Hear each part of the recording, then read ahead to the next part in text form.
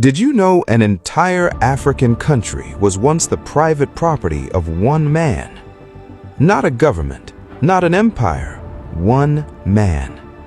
His name was King Leopold II of Belgium, and what he created in the Congo became one of the darkest crimes in human history. But before we continue, subscribe to Griots of Africa, turn on notifications, and select all notifications so you never miss the untold stories of Africa. In the late 1800s, Europe was racing to conquer Africa.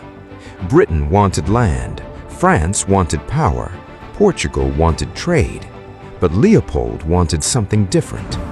He wanted the Congo for himself. At the Berlin Conference of 1884, European leaders gathered to divide Africa behind closed doors. No African leaders were invited, and Leopold arrived with a carefully crafted lie. He claimed he wanted to civilize Central Africa, to end slavery, spread Christianity, and bring progress to the continent. The world believed him.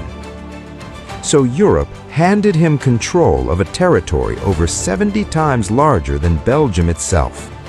It became known as the Congo Free State, but there was nothing free about it. Because hidden beneath Leopold's promises was a machine built for one purpose: profit.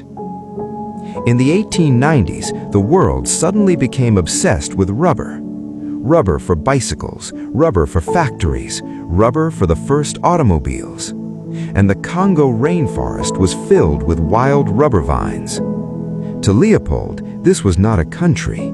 It was a gold mine made of trees and human beings. Entire villages were forced to collect impossible rubber quotas.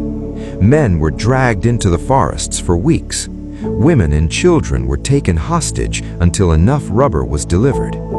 And if workers failed, the punishment was horrifying. Leopold's soldiers, known as the Force Publique, cut off hands as proof that bullets had not been wasted. Sometimes the hands belonged to dead workers. Sometimes they belonged to living children. Villages were burned, families destroyed, entire communities erased. And all of it was done to feed Europe's hunger for wealth. Millions died from forced labor, starvation, disease, executions, and terror.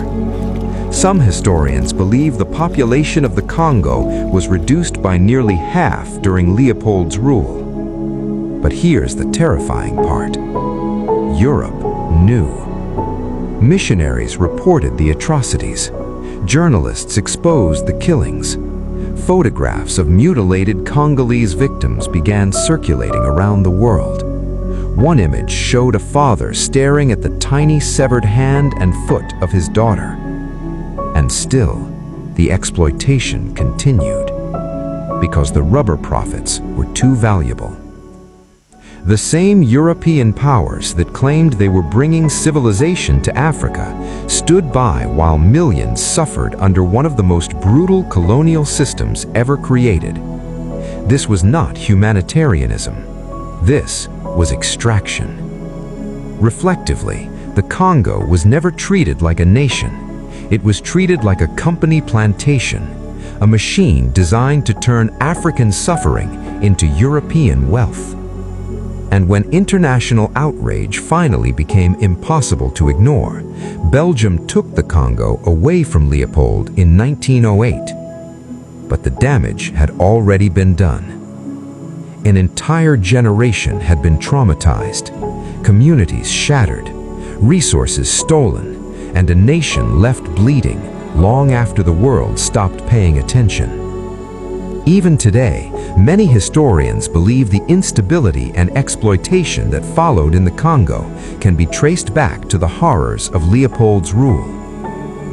So the tragedy of the Congo forces us to ask a difficult question. Was colonialism ever truly about civilization? Or was it always about power, resources, and profit?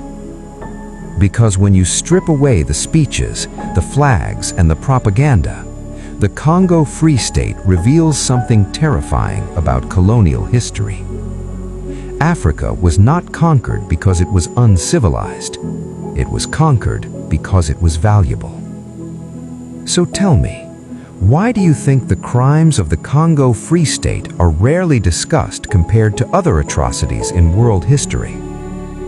Comment below, like, share, and subscribe to Griots of Africa for more untold African stories.